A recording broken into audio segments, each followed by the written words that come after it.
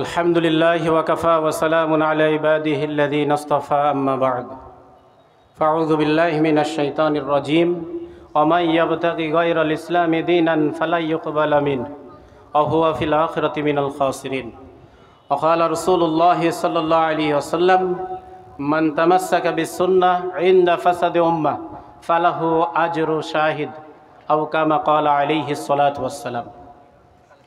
আল্লাহ তাআলা আমাদেরকে এই অত্র অঞ্চলের মধ্যে এই প্রথম নবীজির সিরাত নিয়ে একটা মাহফিল করার, একটা দিনী জলসা, দিনী আলোচনার সুযোগ করে দিয়েছেন, শোনার সুযোগ করে দিয়েছেন। এজন্য সেই মহান আল্লাহ রব্বুল আলমিনের দরবারে শুকরিয়া আদায় করি, আলহামদুলিল্লাহ। অসংখ্য দরুদ ও সালাম সেই পাক নবীজির উপরে, যিনি সমস্ত মানব জাতি কিয়ামত পর্যন্ত সমস্ত অন্যায় অবিচার, সমস্ত বেইনসাফি, সমস্ত দুর্নীতি, সমস্ত অপকর্মের বিরুদ্ধে ন্যায় নীতি আর ইনসাফকে প্রতিষ্ঠিত করেছিলেন। সেই নবীজির উপরে দরুদ ও সালাম সাল্লাল্লাহু আলাইহি ওয়াসাল্লাম।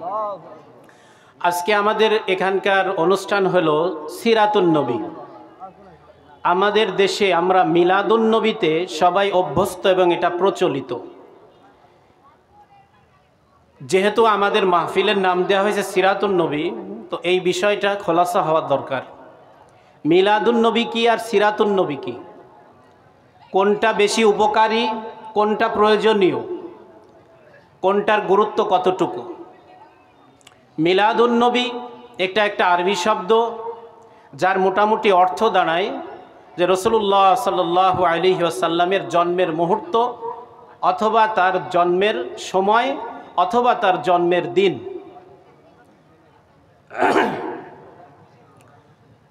তো এই মিলাদুন নবী, রাসূলুল্লাহ সাল্লাল্লাহু আলাইহি ওয়াসাল্লামের জন্মের মুহূর্ত, জন্মের দিন, জন্মের সময় পৃথিবীতে কেউ অস্বীকার করতে পারে? আপনারা কি বলেন? পৃথিবীতে কেউ অস্বীকার করতে পারে? আর কোনো মানুষের জন্মদিন, জন্মের মুহূর্ত, জন্মের সময় পৃথিবীতে আর কোনো দিন ফিরে আসে? পৃথিবীতে আর কোনো দিন ফিরে আসে না। তো প্রত্যেকটা ব্যক্তি যেহেতু দুনিয়াতে আসছে, তার একটা জন্ম মুহূর্ত, একটা জন্মদিন তার আছেই। কিন্তু এটা এই উম্মতের মূল মাকসাদ না।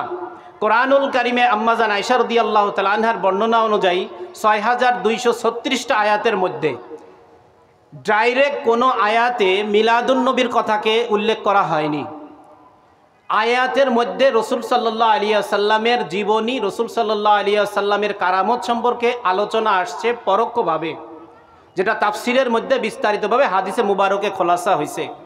কিন্তু সিরাতুন নবী, কেউ যদি রাসূলুল্লাহ সাল্লাল্লাহু আলাইহি ওয়াসাল্লামের সিরাতের অনুসরণ না করে, আমি সিরাতের একটা খোলাসা অর্থ বলি সংক্ষিপ্ত।